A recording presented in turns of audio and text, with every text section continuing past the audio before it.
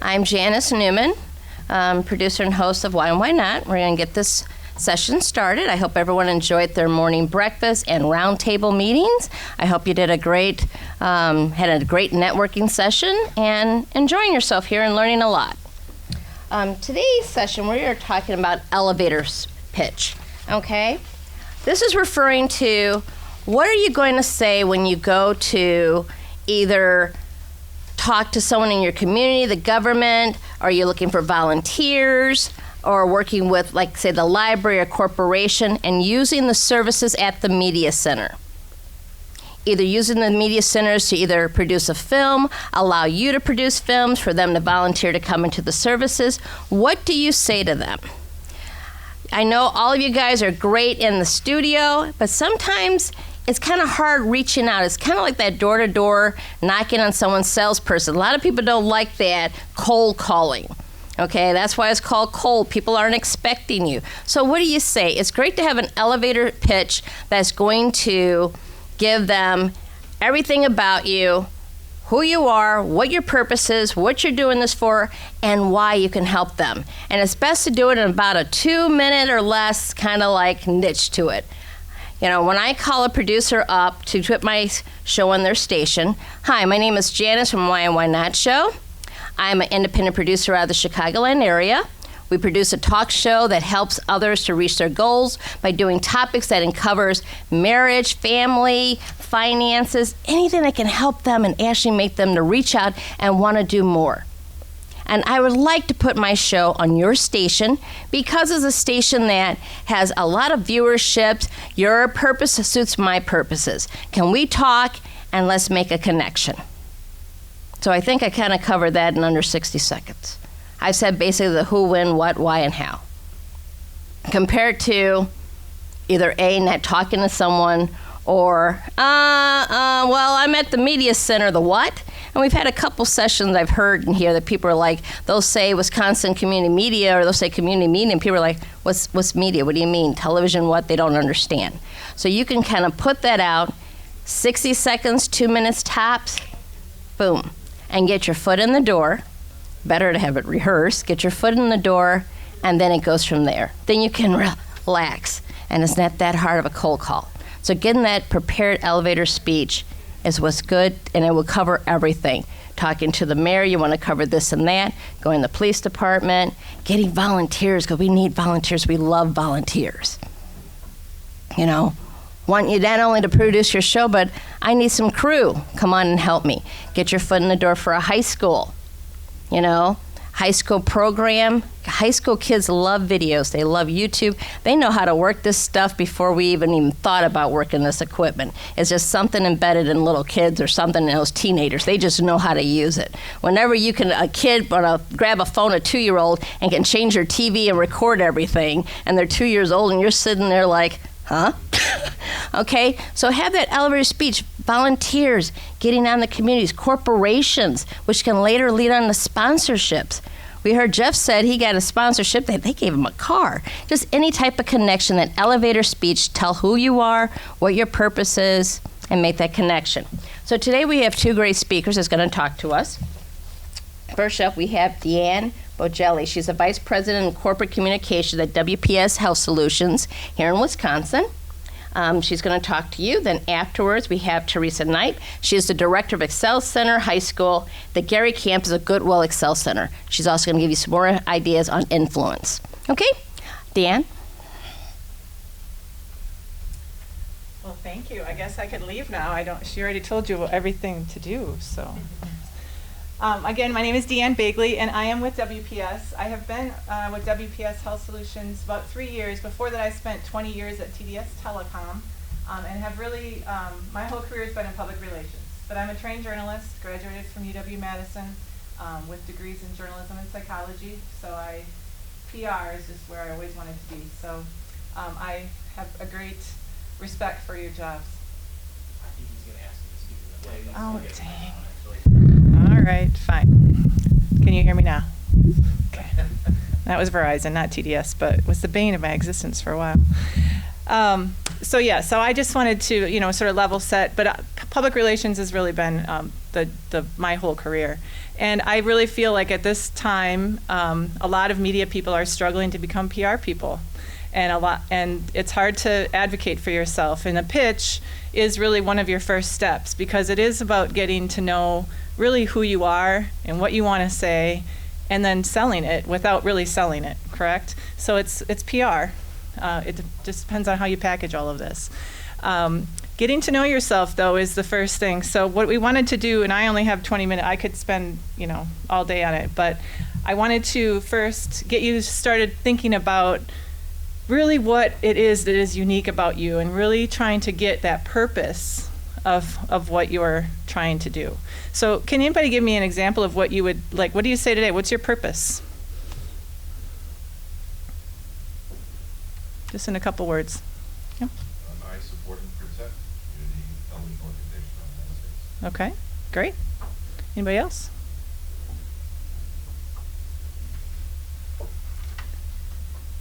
I film stories that nobody else does. Okay, great. Another one?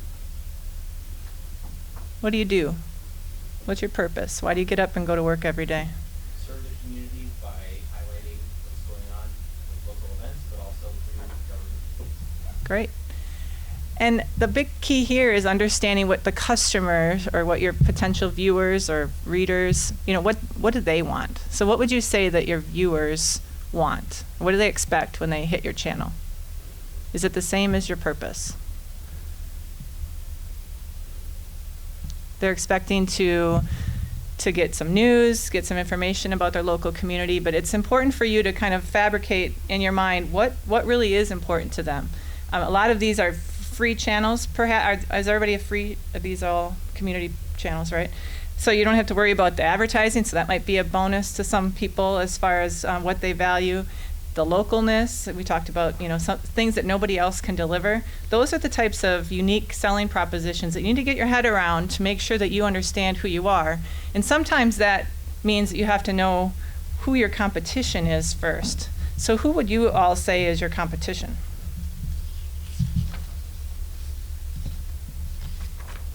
Other producers. Yeah. What else?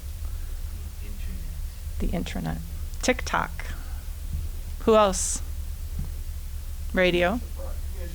Commercial. Sure. Paid. Yep. Newspapers. Local bloggers. Who else is your competitor? You're looking for people's time. So really, their day is your competitor to some extent.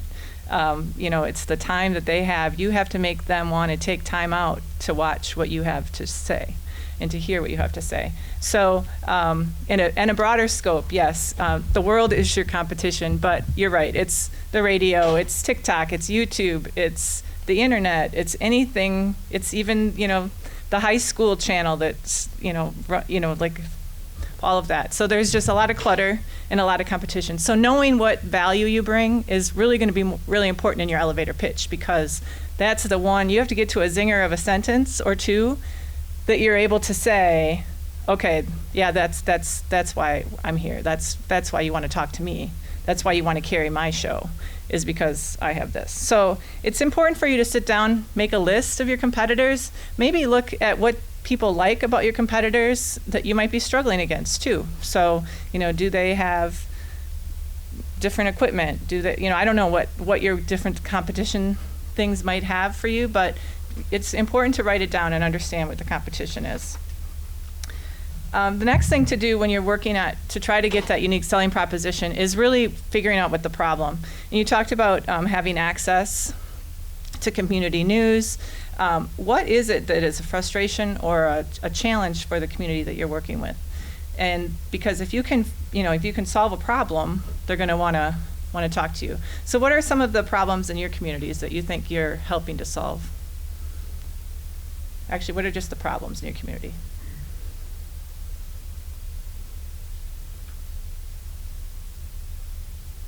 Information, providing information like they couldn't get anywhere else.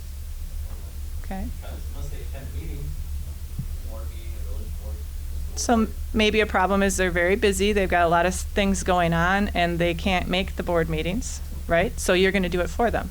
So that's their problem that you're going to solve for them. You're going to take the time that they don't have to go to a meeting and cover it for them where they can watch it anytime, right?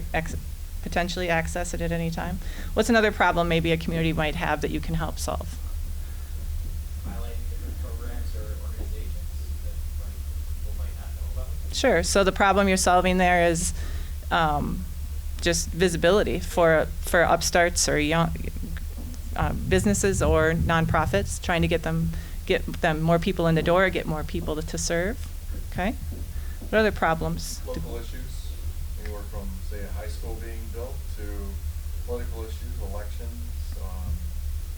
nonprofit activity in town, something happened, and events. So what's the problem there, though? Is the problem for us or For the them, community? for the community. Getting the information, not Okay. having the information. Okay. So making sure that they have the right information is going to be a primary in your elevator pitch, right? Part of the differentiation there, it's hard because it's obvious to you what you do, but giving them that unique proposition of, okay, I'm going to these meetings. I go to every single meeting and I'm able to pick up the trends. I know these people. I know when they're not calling the cards straight. Like I have that voice and that vision for you. I'm dedicating my time to go to these meetings, to go and be this advocate for you in the community. And then all you need to do is watch, right? So that's that whole proposition that you're giving to them. All right. Is there something that you think you could do differently to stand out better from the competition that we've talked about, using some of these unique selling propositions? Like, what is it that could really make you stand out better?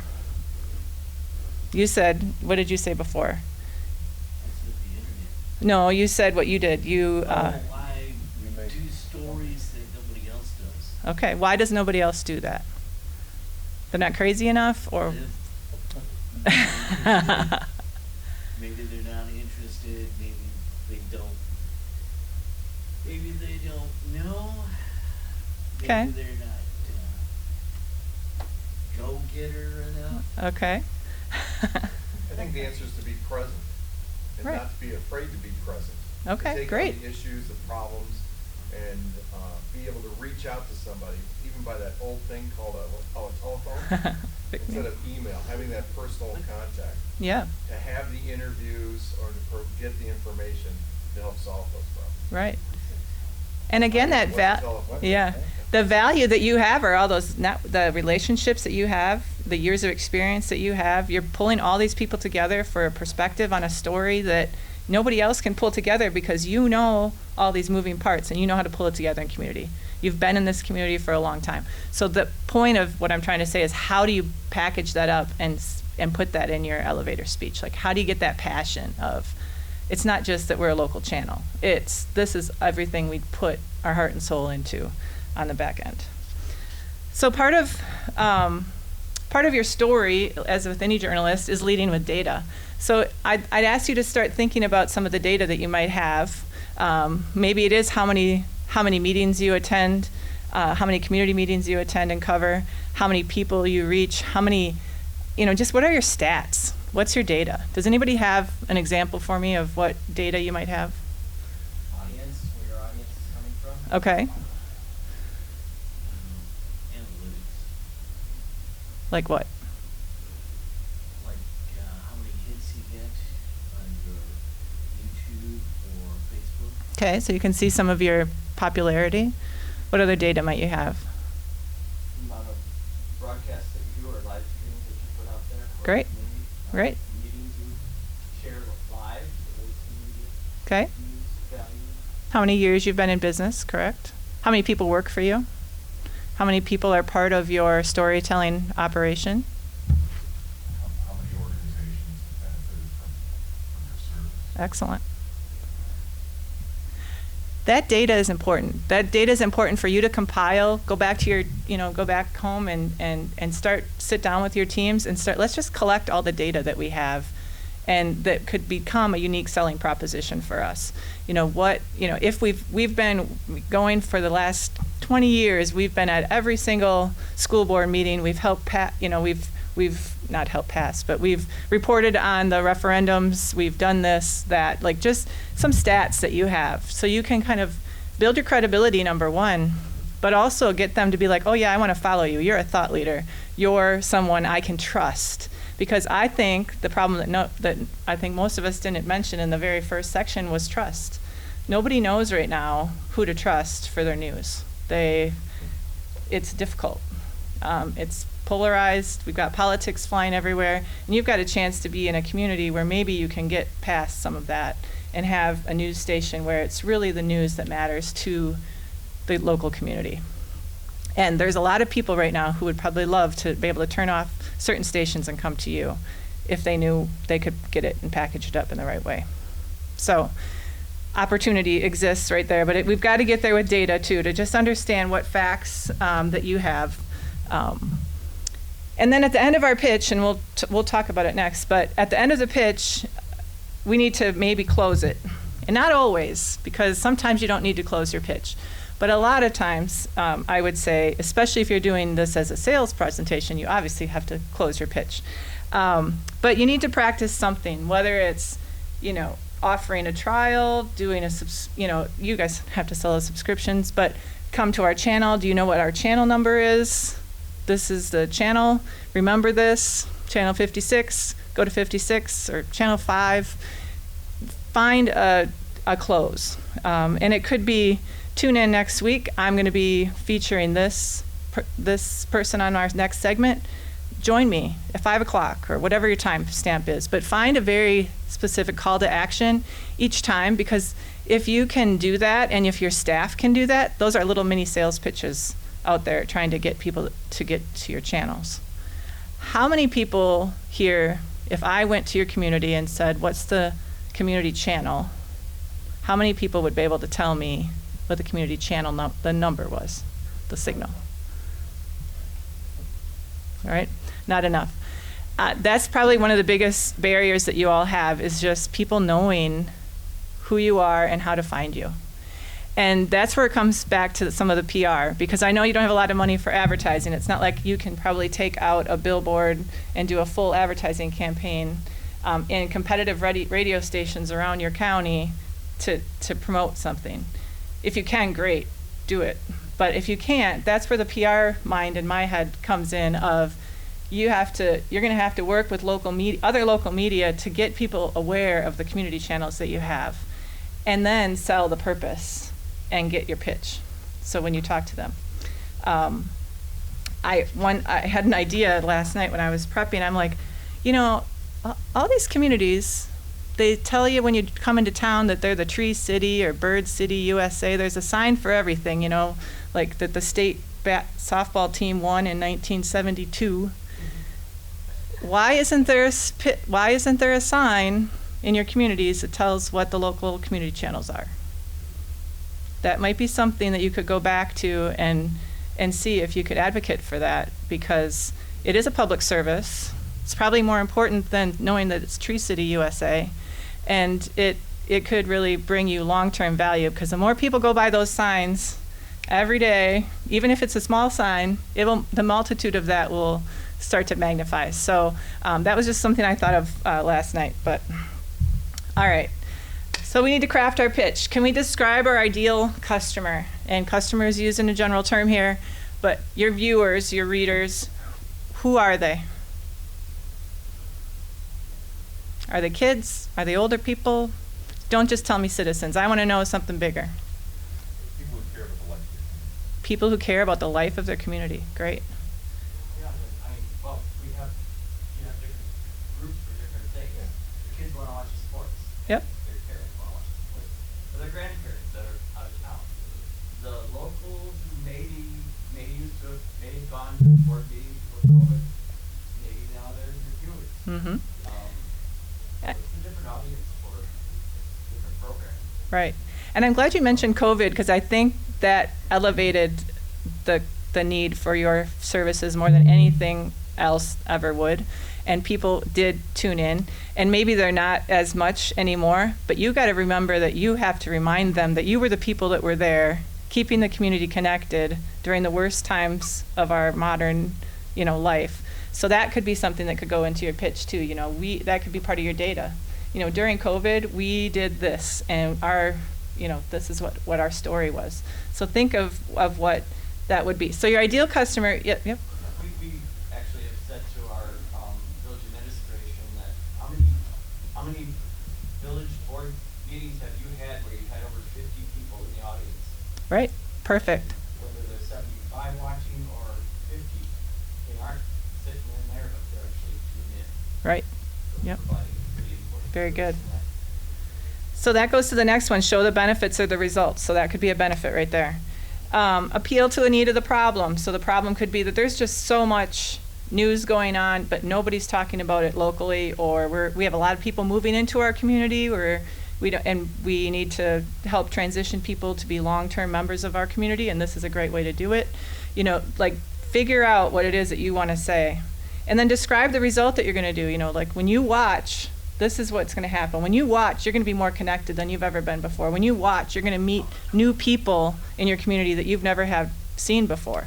When you watch, you're going to learn new things. So again, packaging it all together so that people will say, yes, tell me more. What channel was that again? Oh yeah, channel 56. You have to remember to try to just always be pitching what you have to say. Now there's 12 words in the English language that everybody loves. Well, their name is obviously the first. So the more you can use somebody's name, the better. But these 12 words, so if you're creating your pitch and your purpose, think about trying to use 2 or 3 of these words if you can. So you, money, save, new, results, easy, health, safety, love, discovery, proven, and guarantee. Yes, sir. So, can you overuse the word love? Maybe. I'm convinced you can. But people love to hear the word love. Correct. Mm-hmm. And even just saying, not even just join us. We would love you to join us. Mm-hmm. Is a big rhetorical difference. It is. Yep. Right? It depends on what your brand is, sort of your position. But as the more that you have relationships with people, the more you can love, right? So if you really have a love for your community, that can resonate. So I didn't come up with this list. This list is from David Ogilvy originally. Duke and Yale have both claimed victory to it too, but I'll give it to Ogilvy since he's the master of old advertising. But these words do work, and you can plug them in. I did an example for you of one, not for community media this way, but I did a newspaper one just so that not everybody left here using the same one. And we're going to go to that right now just to save time. So this would be this is 30 seconds. In a world of constant conflict, it can be hard to know what the truth is. Some days it feels like our society has fallen apart. Do you ever feel like that? Company name is committed to discovering the truth. From local to national news, we create stories that matter to our community. We bring a local perspective to our readers that is proven to strengthen communities just like ours. We have 15 journalists on staff who guarantee that trusted professional journalism is alive and well. I invite you to take another look the next time you see the paper. Open it up and see what we've uncovered. I'm sure you'll love it and trust it. 32 seconds when I timed it out at home. But that's a pitch. That's the purpose statement. You can, obviously, if you want to go more extended in a sales pitch, you can do that. But if you're trying to get to our purpose pitch of why we exist, this would be a short one. And then I would teach this to your staff. I would make sure it's on your website. I'd make sure it maybe flies up on the screen at the end of broadcasts. Whatever it takes to make sure that people know that this is your position. What do you think about that? Love it. All right, so the words I picked out of the list were discovering, proven, and guarantee. So, and then I threw a little love in at the end and the extra credit. But it's an example for you. So I had a problem, wanted to share what we do, and then talk about the proven strength and the number, add some data, number of journalists that you have on your staff. So all of that could come together. All right, I've done my time, so sorry, I've kind of a little over, I think. So, oh, do I? All right, great. Any questions or? Yep. I would just say one thing. I wouldn't use the word conflict. I'd use challenges, because conflict erupts emotional, and it's the word has a negative connotation. Yeah, I would agree with that. But it's an impact word. It is an impact word, but we're constantly hearing negative verbiage, and so I wouldn't do it. Yeah. But that is also a problem. So the conflict, that's a problem. A challenge isn't necessarily, I think that's my phone making all these vibrations. I look at them as challenges. That's not, yeah, I mean, that's why, when you're doing, when you're doing these types of things, that's a great discussion to have with your staff, or bring them all together. I'm one of the Or guys. us staff, well, one of the guys. But as you're doing that, that's a good discussion to generate. Like, what does this words do matter. We all know that words matter. So pick them apart. I did this in like literally it's great. 15 It's a great- 15 it's a great little start, bit, yeah. right? But so you can pick it apart. One thing is I always tell my clients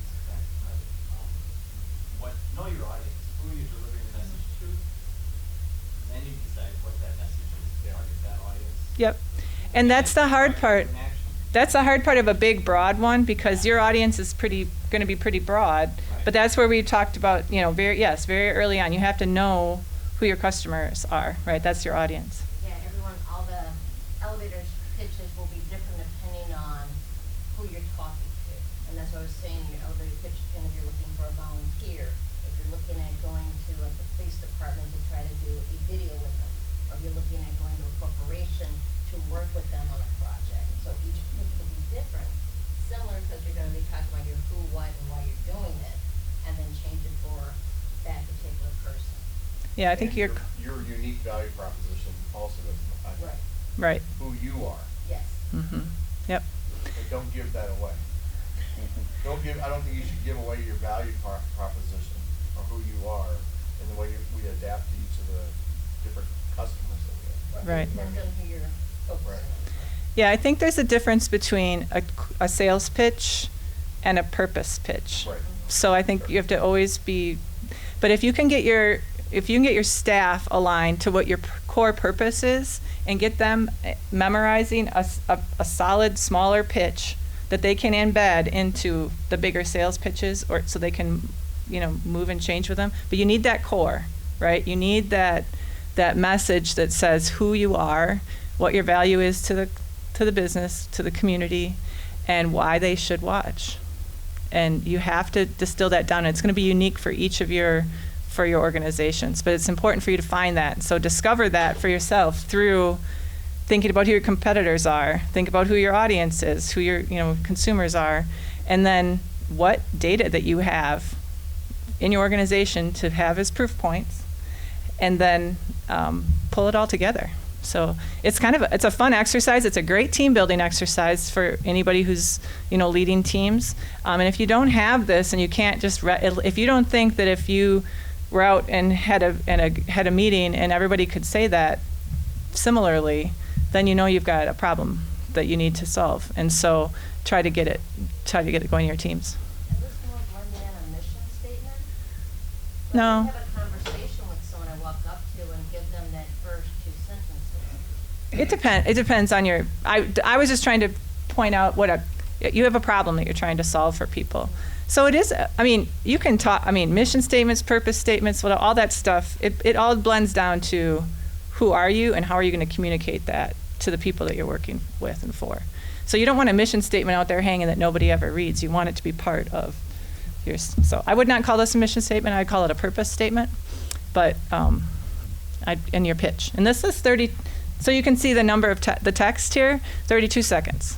So you can ride through that. All right. Any other questions or observations? No? All right. Well, I wish you all good luck, and is my contact information in the materials? Feel free to reach out to me. Yeah, actually, we don't have your contact information. We have your name. Okay. Well, you can find me on LinkedIn, or my name's on our website as the PR contact, so I'm easy to find. Thank you. You can Google me. I'm the only Deanne Bagley in the whole world that I know of, so. You bet. Thank you.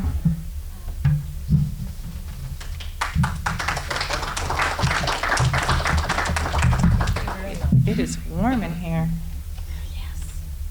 It's even warmer.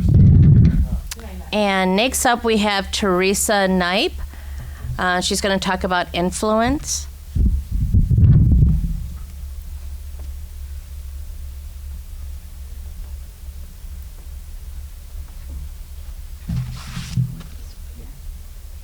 Good morning, everybody. My name is Teresa Knipe. My path is a little different, and I actually started many years ago as a chemist. My degree is in chemistry, and company was shutting down, moving up, moving out, so then I went into education. The not so great part is, I don't know, not so great. I always swore I'd never go into education because my mother was a teacher, my grandmother was a teacher, my cousins are teachers, and it was always one place where I said, I am never going to do this. And I did.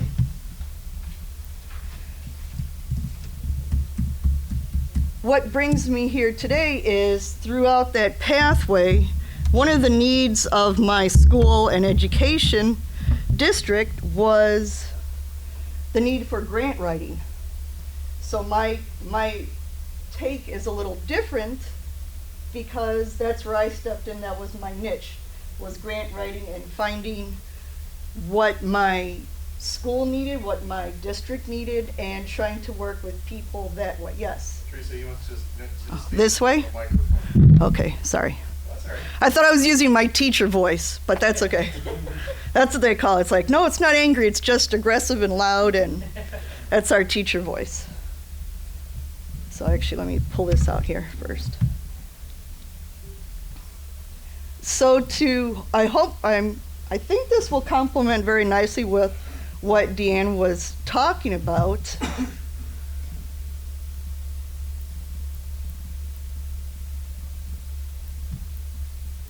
And that is effective influencing. Let's see here.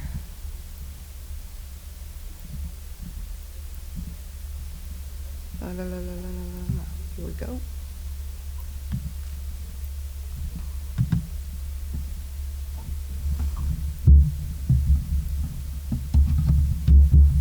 Nope.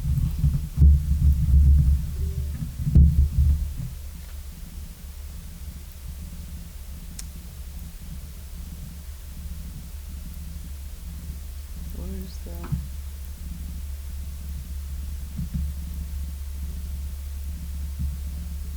There we go. Is effective influencing. Where's my... Oh, sorry.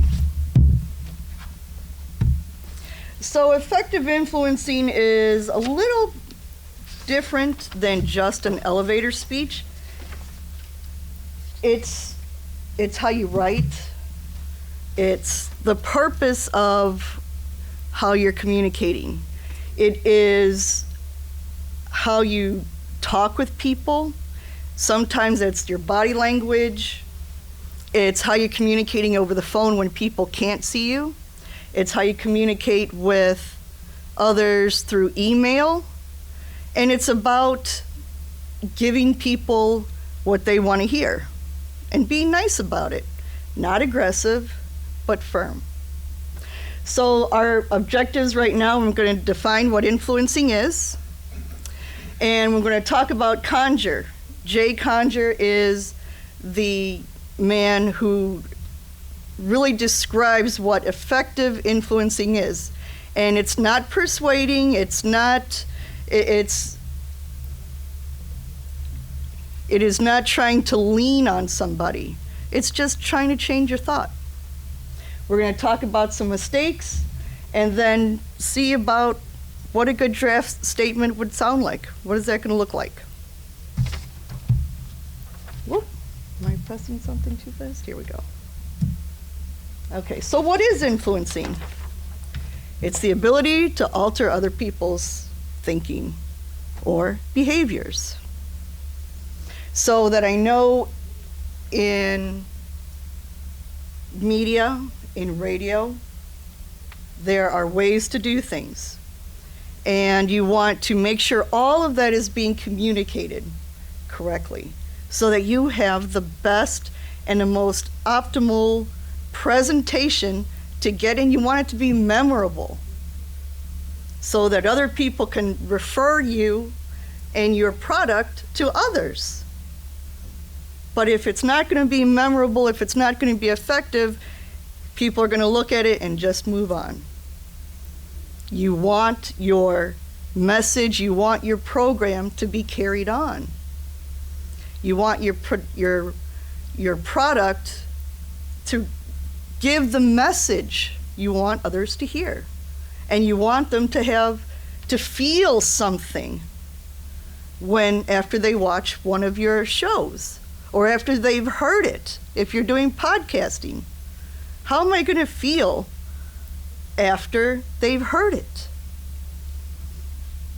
And it's not, when you're talking to people, it's not what can I get off of them. You want to give something to that viewer. You want to draw them in so that they're going to watch you again or listen to you again. So, Jay Conger is an author, trainer, professional leadership man, and his website is down below if you want to look him up. And this comes from his book on the necessary art of persuasion, how you do it. And it's not a book, it's an article, but it's a kind of a long article. And he has 4 steps to effectively influence another person with proven results. First one is to establish credibility, frame for common ground, providing evidence, and to connect emotionally. So there's going to be different times when you want somebody to approve an idea, approve a plan, approve a grant. And it really helps if you go through these 4 steps. If you know what you're doing, you're going to be successful. So why should a person listen to you? Okay, so you want to start with establishing your credibility. So I'm a teacher, I usually walk around and very Italianish. So why should people listen to you? You want to tell people a little bit about you and what you've done, and that's okay if you're not an expert, but you know where to get your information. You know how to collect the information, and you know how to deliver the information. One thing in education fields, you can tell a good teacher and a not so good teacher. And it's all about the communication. So if you're showing, you want to build your product by showing a level of expertise. There are people in different fields of media who I'm sure have been doing this for 10, 15 years. And they're still very shy. They like to stay behind cameras. It doesn't matter what position you're at. You want to deliver your product the best way you can. Tell them what you have done. Tell them what you have seen. Tell them what you can do. Have a history of sound judgment. So what that means is you're not going to be, even though you might have shows that might be a little controversial, you're trying to give information that is nonpartisan. You want to give information that maybe does have a certain point. But if you discuss maybe things that are a little too radical, For some viewers, that might be, maybe this isn't what I want to do with this person or with this program. So even far sides of viewing that's very polarized, you can still draw in crowds that maybe are not leaning toward one side or another. If you're doing and showing your credibility on how you're getting your information, like Deanna said, get your data, do your research. Build strong relationships. That can come from anywhere. That can come with a friend network. That can come with, right now, everybody in here hopefully had a chance to network with others. You're going to build your product. Build your show, build your information. Show you're trustworthy. Your information is not just pulled out of the sky. You're getting information that's reliable. You're getting information that's proven, that's tested. And you're willing to do what's right. The ones that are the least trustworthy are the ones that always have maybe their own personal agenda, and they're willing to maybe not communicate and be honest with the viewers or with the listeners. And those are the ones that tend to lose a lot of audience time. So when we go through here, establish credibility, how are some ways that you all go through and establish your own credibility when you're networking or trying to find new customers, new viewers, new listeners? Do you talk about it? Do you put it out on print? Do you rely on other sources? How are some ways that you all do it yourselves?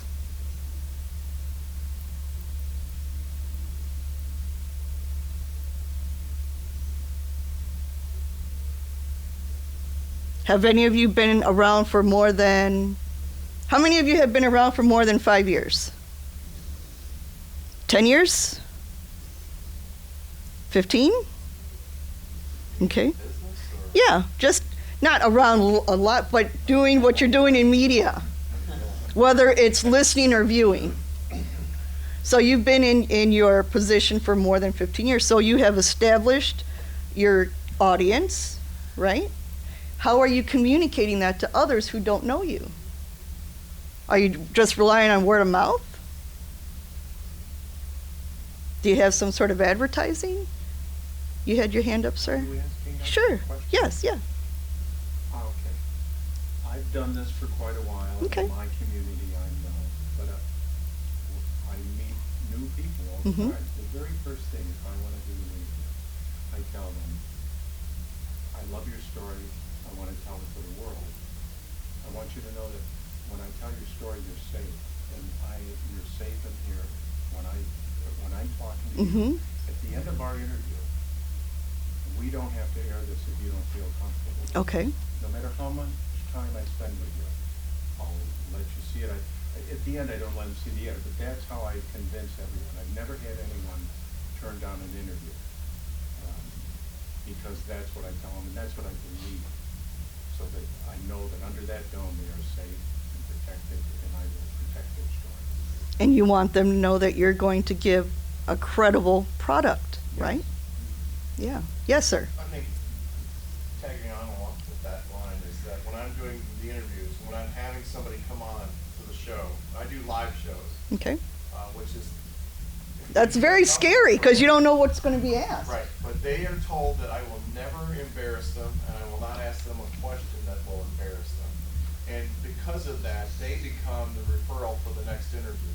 So everyone that's been on the show will tell you that it's been comfortable, or they had fun, or the time went by fast, or something like that. But if you break that process, you're done. I mean, That's nobody right. wanna go on the show. So trustworthiness is doing what you say you're going to do, Mm-hmm. Sure. keeping respect. Contrary to that, I went into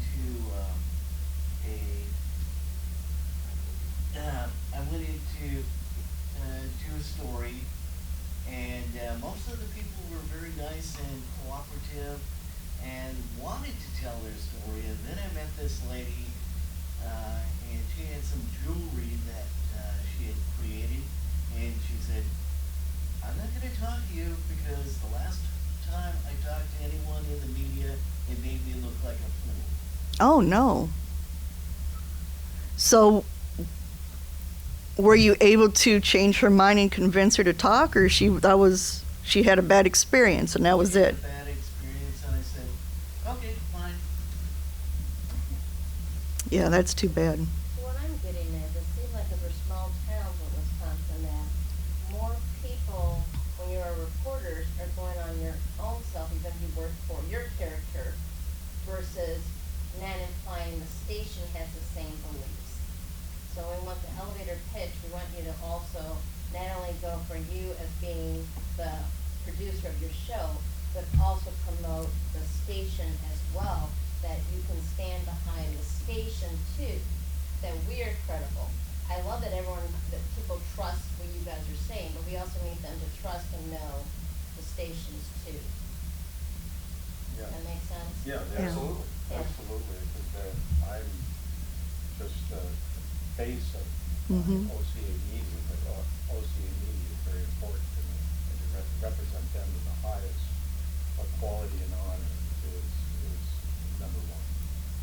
It's something about when getting interviews, and I feel the room, I feel the person, I'll always, if I can, inject some sort of humor, and it disarms people always. I'm very careful with it. I feel it out, but that disarms people, and we can communicate on a more human level that way. So I do use that when I'm engaging Mhm. with people.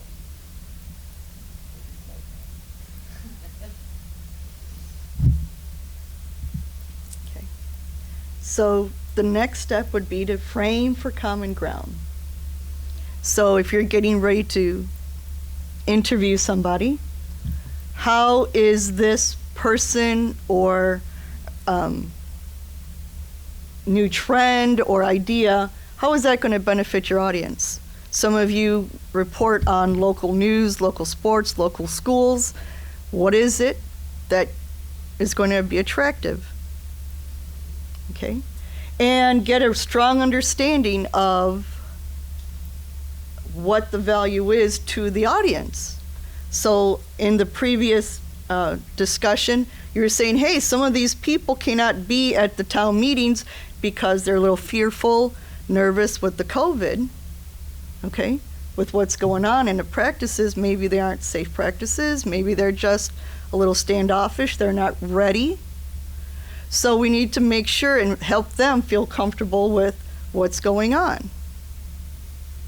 Do some research on who you're interviewing and why it's needed. So collecting the data and just trying to find out, if you go to Google, you can find out what are the famous hits if you're looking for something to report on. And it could be, on jewelry making. And that would be a way to be able to interview that young lady. Is, hey, you're talking about some jewelry, maybe there's that connection now. That you've done your homework. You are truly interested in what she has to say and offer. Okay, listen carefully to their needs. What are some of their concerns before you interview them? Maybe she has been burned before, or anybody else. Maybe, I'm sorry, go ahead. She's not the first person that I've talked to said that they've been interviewed before and they look like total fools. Oh, that's too bad. But now maybe you can say, but this is an opportunity to clear up some of those misconceptions also. So, okay. Continue to gather information. So before you even have the interview, just sit down, talk with them, and get some more information just about them, who they are as a person. Because they're more than just what meets the eye. And then you're going to reframe your idea on what that audience needs and what their interests are. Maybe there's a whole new audience. I know that with all the TikTokers and the YouTubers, and now there's Pinterest.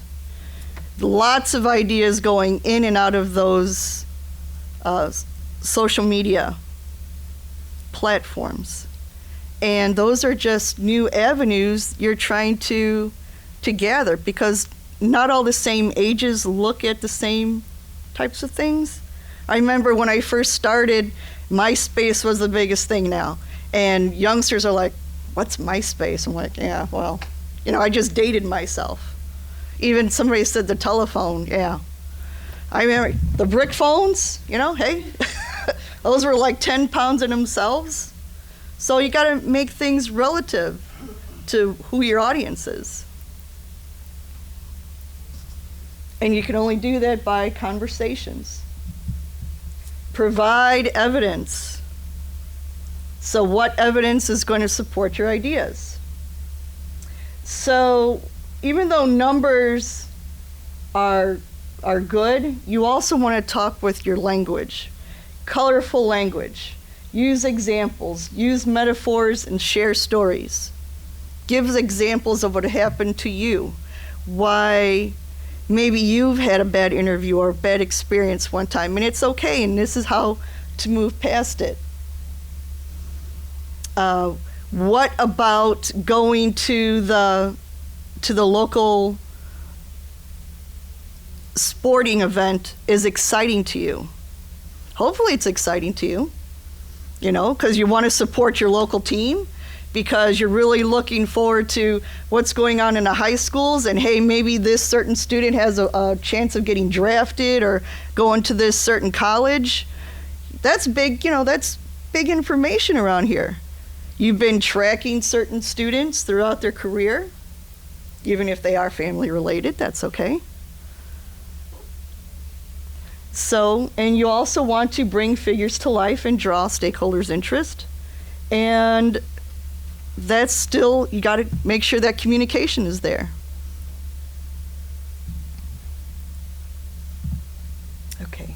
Connecting emotionally. This is probably the biggest tip, is that if you're not connected to what you're talking about, to why people want to listen to you, it's going to show. It's going to show. Why is this important to you?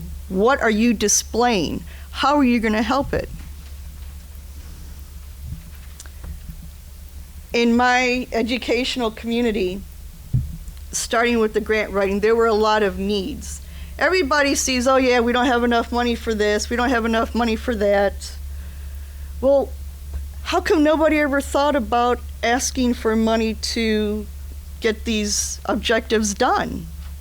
How come we can't just put it all together and have somebody make it noticeable?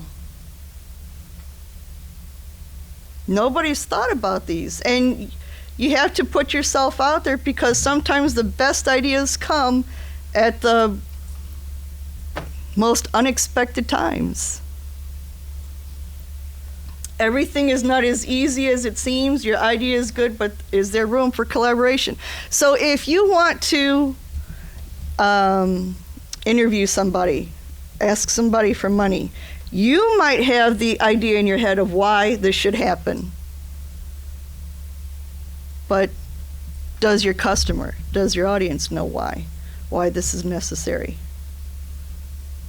What's been one of your biggest hurdles in trying to get one of your viewpoints through?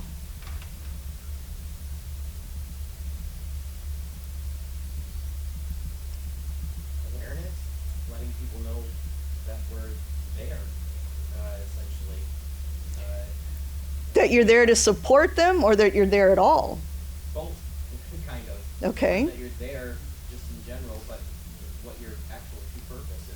Okay. Kind of hard to usually wrap your mind around a little bit. Why is that? 'Cause I don't think people totally understand what community media is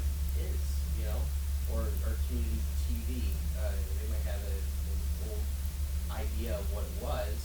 They don't know what it is now, and I guess re-educating people on how we progress and how we change. Yeah. And letting them know what we do now and what our purpose is now. So how often do you get yourself out there to explain that or to show it?